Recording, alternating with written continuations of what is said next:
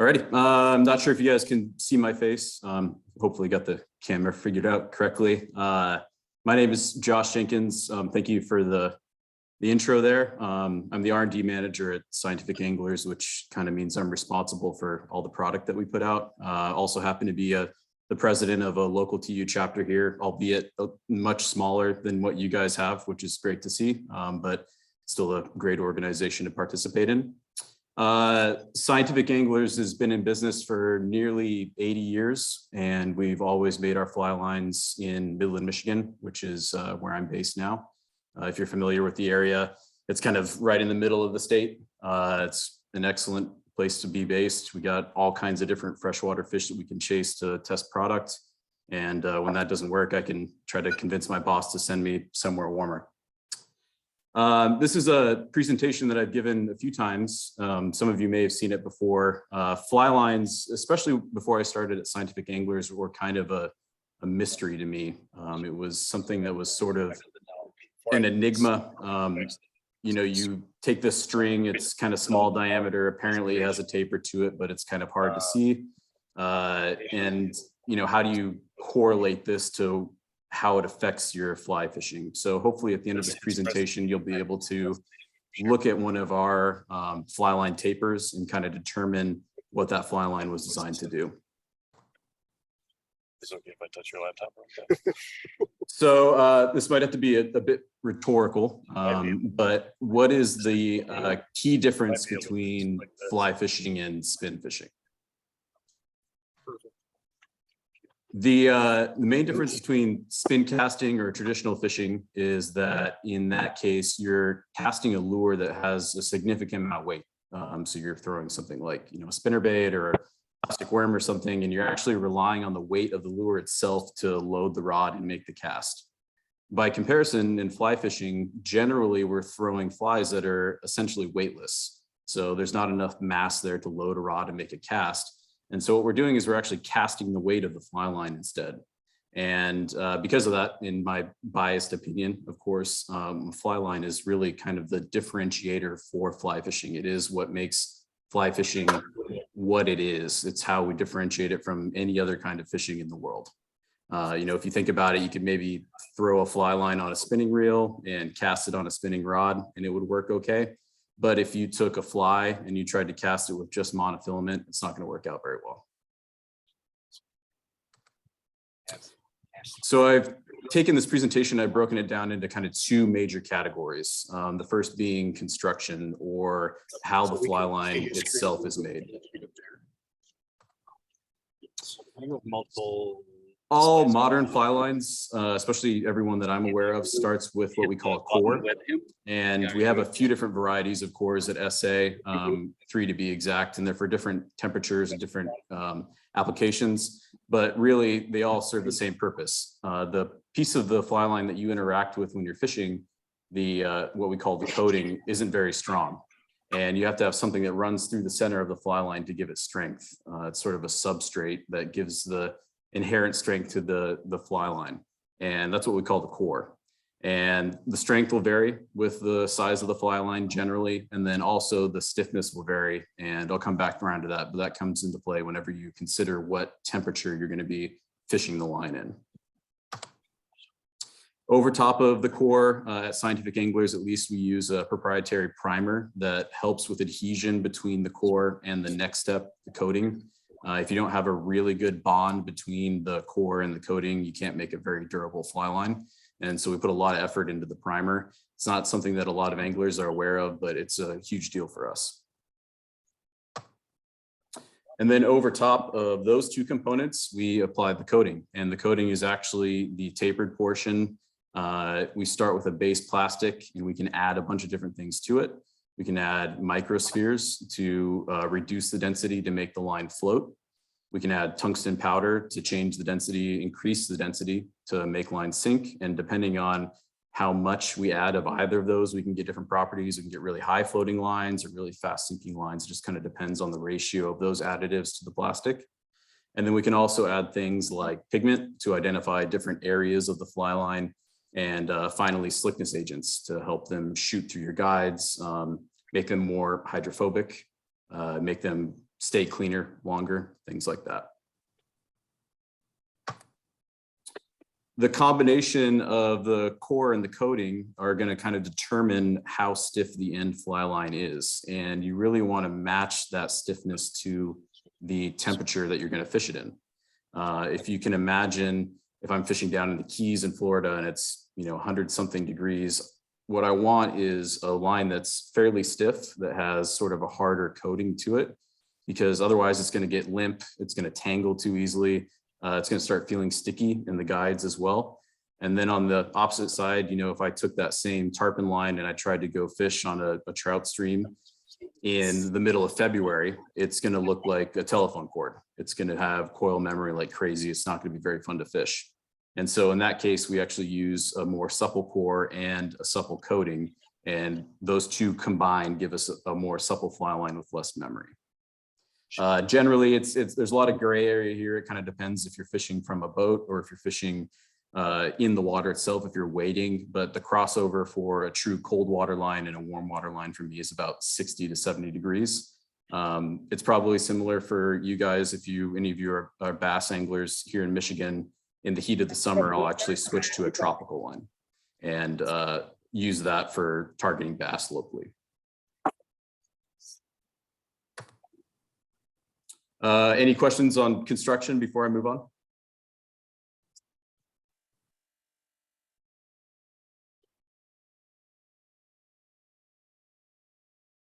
I think we're good. Okay, I'll keep moving.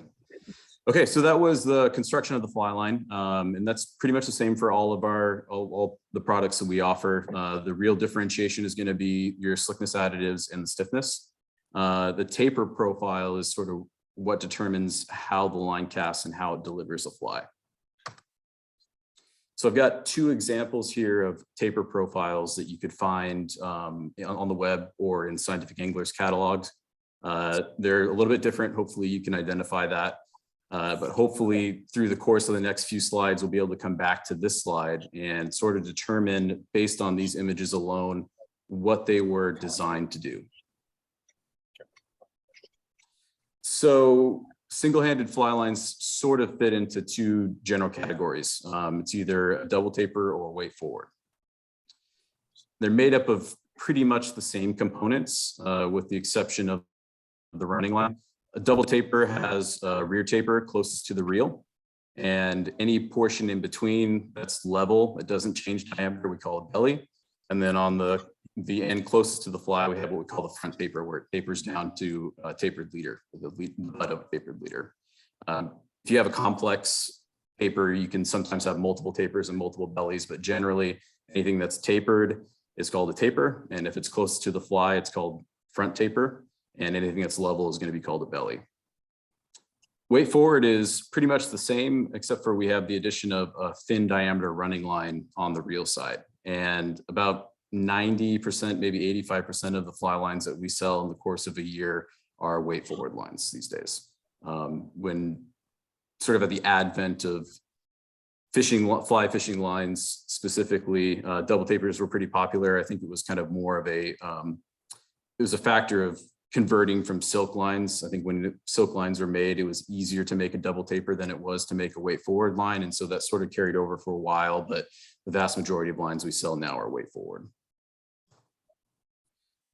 Double tapers still have their applications though. They can be reversed. Most often they're completely symmetric. So actually the rear taper and the front taper are going to be the same. So if you cut them in half, you technically have two fly lines. Or if you wear out one end and you took the whole thing off your reel, flipped it around and wound it back on, you get twice the life out of a double taper. Sometimes there are a few double tapers where either end is a little bit different, but that's very few. Because they have such a long belly in between with a significant amount of mass, they're good for mending. And that also means that if you have the casting ability, they're good for accuracy as well, because that means I could technically carry a very long portion of this line, again, if your casting ability allows it. Weight forwards, though, are popular probably for the biggest reason they're popular is for easy distance. So if you can imagine right after the head portion, which is the combination of the rear taper, belly, and front taper, it drops down to this thin diameter running line. There's significantly less friction there. So they're easier to shoot. They shoot farther than a double taper. They also require less spool capacity because of that. So you can put more backing on your reel, if that's what you're after. Typically, that's not a huge concern with trout fishing, but saltwater anglers certainly could benefit from that. And then because the rear taper is actually within a distance of the fly line that I might cast, I can make more complex tapers. With the double taper, you get past the front taper and basically you're in level belly. And so you're sort of limited in what you can do in the middle of the line to affect the casting characteristics. But now, because I have a rear taper here that's in a fishable distance, I can change that. I can, make 2 rear tapers. The complexity just kind of goes out the window, and I can sort of fine tune a weight forward for an application more than I can a double taper. Okay, so we're going to roll into taper lengths. So we took that weight forward profile from before, and I played with a few of the taper lengths. So in this middle example here, I've taken the front taper and I've elongated it, made it really long. Actually, it's most of the head length is front taper now. And the one at the bottom, I've made the short taper shorter, or the front taper shorter, and I've also actually tapered the belly a bit. And by changing the lengths of these tapers, essentially what I'm doing is I'm pushing the mass of the fly line around a bit. So in the middle example, you can see here highlighted in red, the mass of the fly line, the mass of the head of the fly line is concentrated more towards the back. And in the bottom example, it's concentrated more towards the front. And in general terms, a fly line like this middle example is going to be more delicate. So the longer the front taper, the smaller the tip diameter, the more delicate of a delivery the fly line is going to have. The taper at the bottom there is, by comparison, is going to be much more aggressive. And really what that means is it sort of determines the ideal fly size that these lines can carry. So a rear weighted head, like the middle example there, is going to be better for small flies because it's not going to have enough energy at the end of a cast to turn over a large bug. If instead you wanted to cast something like, deer hair diver or something that's very large and air resistant, the bottom taper is going to be better because it's going to reserve a lot more energy towards the end of the cast and it's going to deliver more aggressively. Head length. I touched on this a bit in a few slides back, but the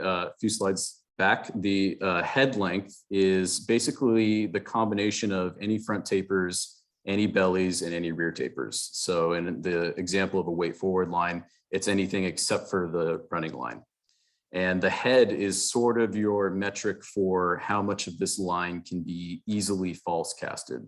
And by false casting, I mean, if you're casting in the air and you're sort of lengthening out line to a target, you really can't get much past that head length without running into issues. It's not very easy to carry this thin diameter running line in the air. And so if you look at these 2 examples I have here, I have a relatively long head in the blue taper, and I have a short head in the red taper. This is going to determine ultimately how accurate you can be with the fly line or how easily you can shoot line to a target. So if we bring in these 2 different aspects to the weight distribution from the taper length and the head length, you can start to sort of paint this picture as to what these fly lines were designed to do. So the blue and the orange we've got on this left side for small flies because they have rear weighted heads. They've got very long front tapers by comparison. And the yellow and the green on the opposite end are better for large flies because a lot of that mass is pushed towards the front of the fly line.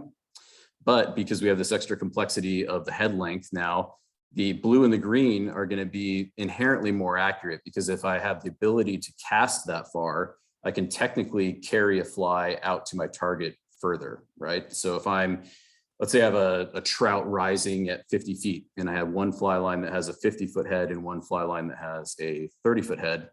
If I have the ability, the 50-foot head fly line, I could actually carry the line all the way out to the target and drop the fly right on the fish. The short head fly line, I'm going to have to shoot at least 10, 15 feet of line to get to that target. And that little bit of added complexity of shooting line is always going to throw a wrench into your accuracy a bit. Generally, we don't build long head aggressive fly lines like this. And generally, we don't build short head delicate fly lines like this, just because typically, you're going to have a trout fly line that's going to be delicate. You want accuracy at distance. And if you have a bass line or a saltwater line that you need to be aggressive, you want to be able to pick it up and make really quick shots at moving targets. So the orange and the green, we typically don't make it. Most fly lines will usually fall into the yellow and the blue, but they're just up here for example to sort of hopefully paint a picture.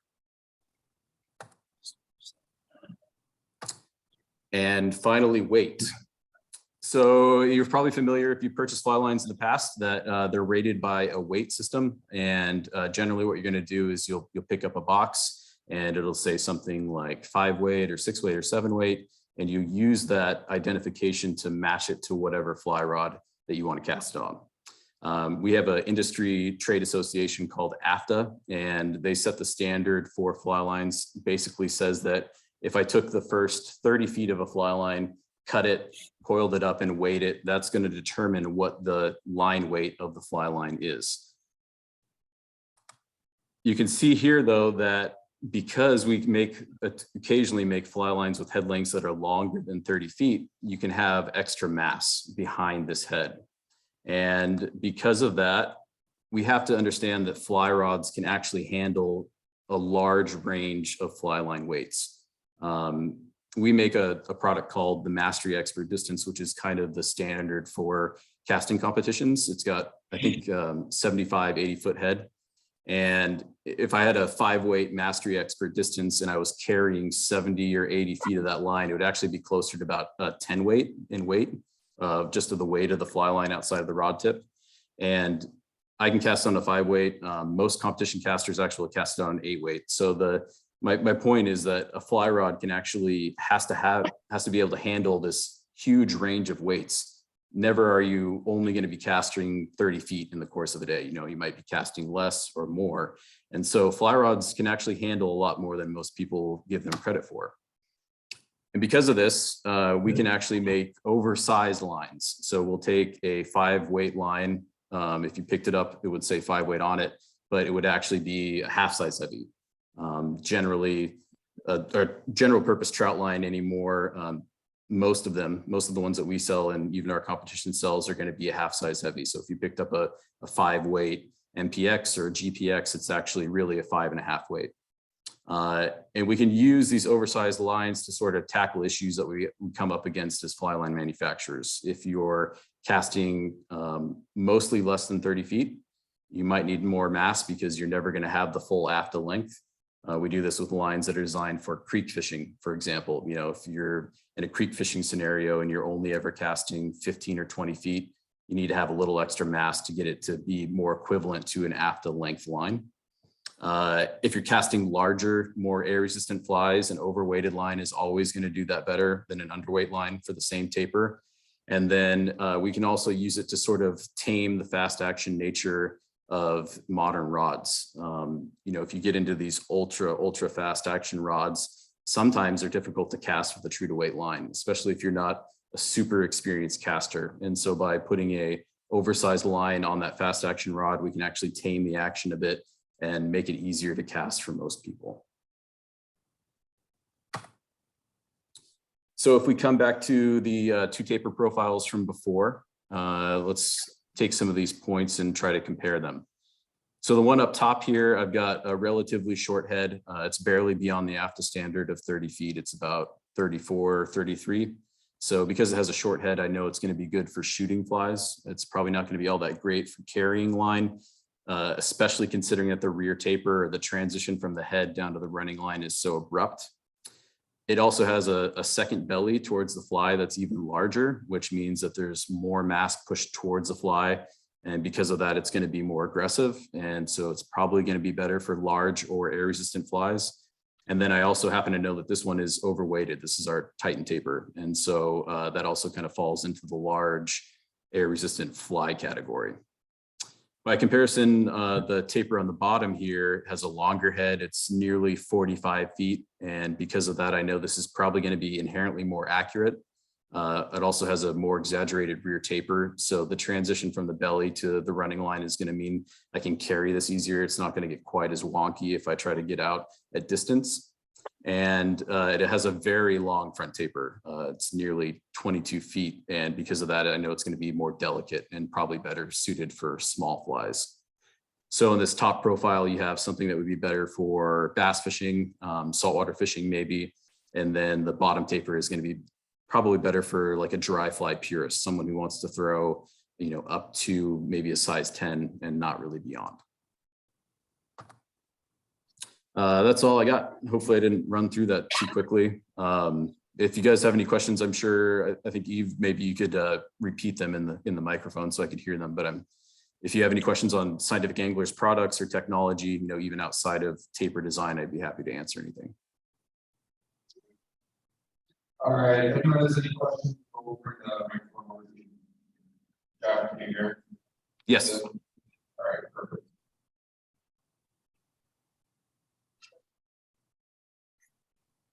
I want to ask about textured lines.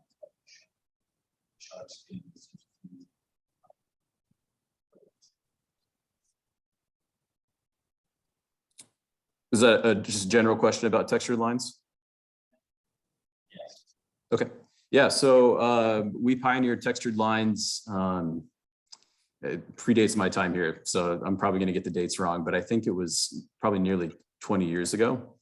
And essentially, all we're doing is we're taking a finished fly line and we're running it through some heated knurled rollers, and that applies sort of a textured surface to the line. We have two different versions now. One of them we call floating texture, which used to be called shark skin. And if you look at it under a microscope, it has kind of an aggressive diamond pattern. When we first came out with shark skin, we used it on the entirety of the line and it shot like crazy, reduced friction incredibly well. They floated very high, but they were a little bit aggressive on fingers. And so after we got that feedback, we came up with a new texture that we call shooting texture, previously known as mastery texture. They've been rebranded recently. And that one looks more like a dimple from a golf ball. It's much less aggressive. And so we use floating texture primarily in the last 3 to 5 feet of fly lines. So only the side closest to your fly is going to have the aggressive texturing. And then the remainder of the line generally is going to have that less aggressive texturing. And they're both there for the same purpose. First and foremost, it's reducing friction in your guides. So what you're essentially doing is by including these sort of voids in the coating, you're reducing the surface area of the fly line that could come in contact with the guides on your rod, because the rod guide is a rigid surface. On the other hand, though, when it comes in contact with a malleable surface, something like water that can sort of seep into these crevices, you're increasing the surface area there. So a surface like water actually has more exposure to hydrophobic surface. So that's a long-winded, convoluted answer. Hopefully that was understandable, but it's basically there to reduce friction in your guide, make the line shoot easier and shoot further, and then also help with flotation because you have more exposure from the water to the hydrophobic surface of the fly line.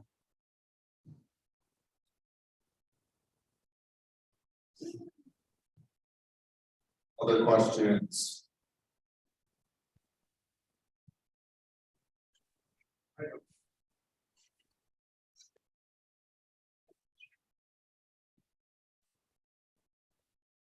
I had read at one time an article that talked about using a higher line weight rod classified for. So in other words, using a 5-weight line, 4-weight rod. Is there any logic in that? Could you repeat that one? I had a hard time hearing it. And using a higher line weight on a classified rod. So to use a 5-weight line on a 4-weight rod, the article stated there's an advantage. Using a 5-weight, like for example, using a 5-weight line on a 4-weight rod. What was the last part of that? Sorry, I'm having trouble hearing through the microphone. Now, the article just stated that that it can. I'm just curious, your opinion on that. Yeah, I mean, it's the overweighted line thing is it's interesting. There's a lot of anglers that sort of more informed anglers that get up in arms at fly line companies over it.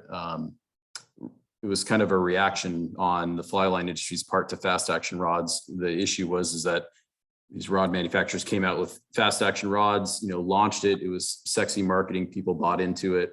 And what they found is that they couldn't actually cast it because you have to be a very technical caster to be able to make a fast action rod work with the true to weight line. And so we came out with these overweighted lines to sort of fill that purpose. But because of that, we sort of realized that there's all these other opportunities to pursue. And I think that it's allowed more now because modern fly rods can handle even a larger grain window. But to get back to your original question, like 90% of my fishing is with an overweighted line. Typically it's just going to be a half size heavy. So it's not, a full weight like your example, but I think you'd be surprised at how good a full weight overweighted line could feel, especially to a novice caster or someone who's struggling with, a large fly or something like that. It's certainly not going to break your rod. And if you had the ability to try it, I would recommend it. Can you talk a little bit about lines here, both during the season, what do you recommend? It's not very expensive. So what do you recommend extend the line during the season as well as during the off season? Eve, are you closest to the computer? I can hear the computer audio pretty good, but I'm having trouble picking up the actual microphone. Yeah, I'm close to the computer. Yeah, I can hear you great. Could you repeat the question, please?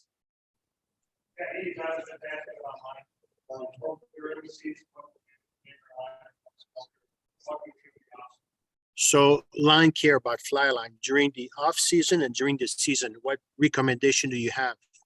Okay, that's a good question. It's going to really depend on how much use you get out of the line in the course of the year. It's what kind of water conditions you're fishing in. We see the worst case scenario is a lot of tailwaters like out west where the water is really slimy. What I will generally tell people is that if you start noticing the fly line degrading in any way, it's not as slick as it once was, it doesn't float as high as it once did, that's kind of the indication to clean it. Do you have to do regular cleaning if you're not noticing anything? Generally not. Storage of the fly line is pretty straightforward too. They're completely sealed. You don't have to worry about mildew or anything like that. The only thing that can kind of kill a fly line is if you leave it in UV for too long. So if you're storing it for long periods of time, especially in the off season, just make sure it's not in direct sunlight. And that's kind of generally all you really need to do.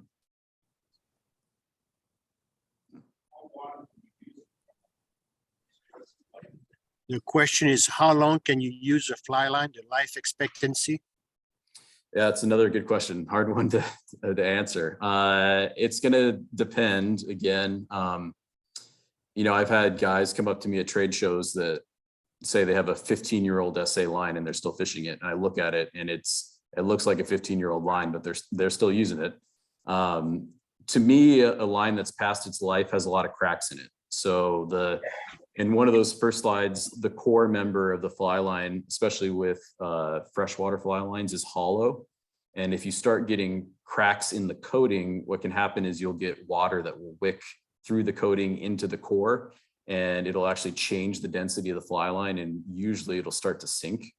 So end of life fly line for me looks like the coating is cracked. How long it takes to do that is really going to depend on a ton of factors. How often you're fishing, how well you're watching your line while you're not fishing it. Are you stepping on it in a boat or, on the bank? Or are you pretty cognizant of making sure it's not getting in dirt? It's impossible to say how long it should last. We have, some guides that fish 250 days a year and they'll blow through one in 2 years. And then we have, some weekend warrior consumers that will go, 10 years without needing to replace it. It just kind of depends. There's another question coming. Hold on. So my question is,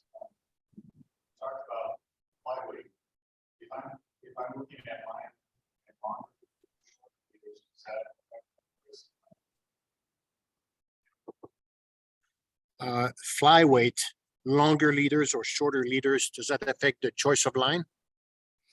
It very well could. Yeah. So it goes back to the delicate versus aggressive taper. So if I knew that I wanted to throw a long leader, I would probably want a fly line that was a little bit more aggressive, because now I have sort of massless or near massless length at the end of my fly line that I need to turn over, and I have more of it. My general recommendation to people who are looking for fly lines, especially if they just want one for most fishing, is to start with something that's probably a little bit on the aggressive side, because you can actually tame an aggressive fly line by lengthening the leader or lengthening the tippet. So if I had a really aggressive trout taper and it was turning over too hard with a 7.5 foot leader, I could put a 9 or a 10 foot leader on there and it would probably tame it enough to where it was usable. So yeah, it absolutely can. Generally, if you want to throw longer leaders, you want to try to go a little bit more aggressive. If you want to throw short leaders, you can sort of tone that back a bit.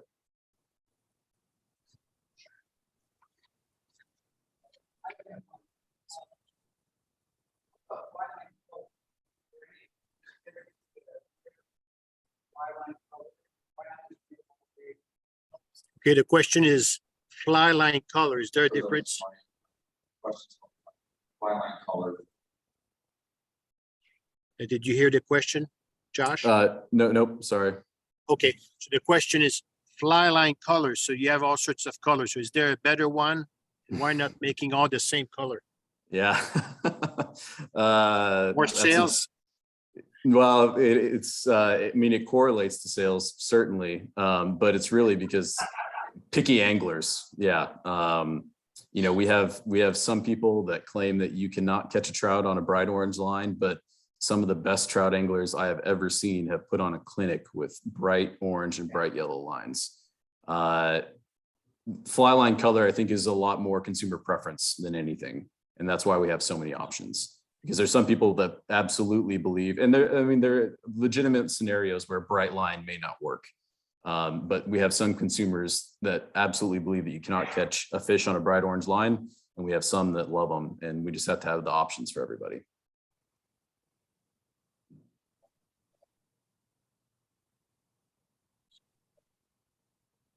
Any other questions? We got one more question coming. Okay.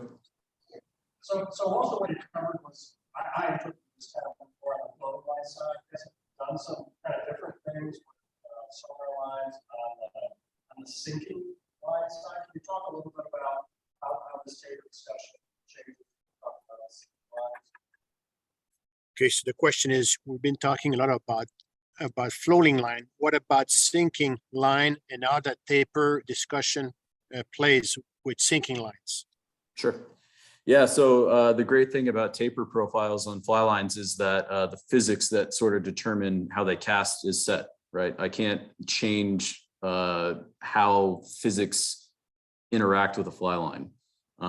So if I had an equivalent taper in a floating line and equivalent taper in a sinking line, theoretically, they should cast exactly the same.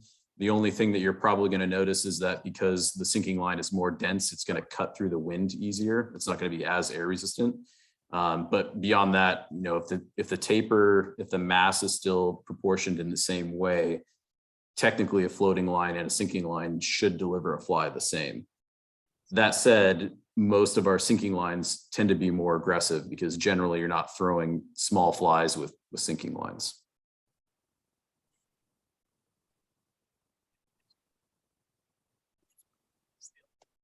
Anyone else? One more question.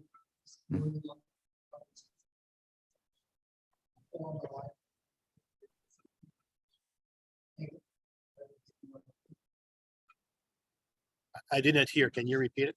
The question was, is there a value in spooling the reel? So taking your line out of the reel. Oh, I heard that one. Thank you. Okay.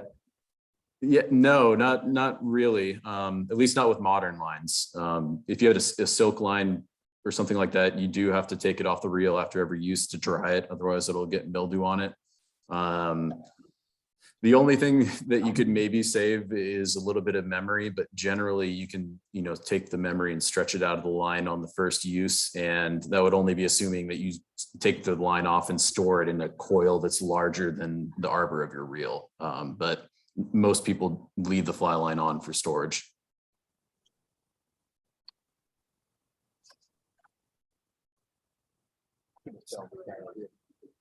All right, what's the head R&D guys inland trout setup? We gotta know what line and leader system you're using. For England trout setup? Inland, like Inland, yeah, not okay. like not steelies, just like your trout setup. Well, that's a good question.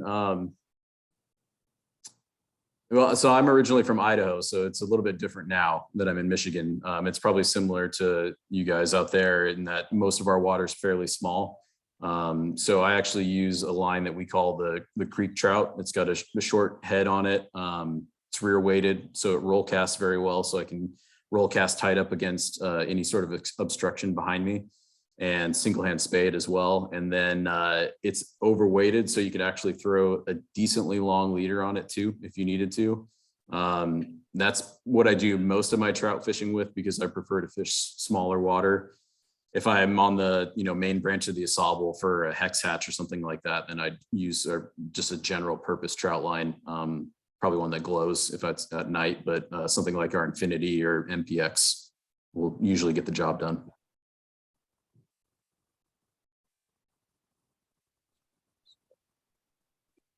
Any final questions?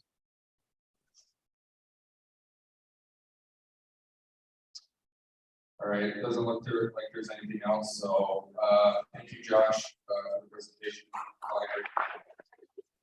Yep, thank you. Appreciate having you guys on. Hopefully if we ever do this in the future, I could be there in person. It'd be nice to get out and travel again. So enjoy the rest of your night. Thank you for your time. Thank you, Josh.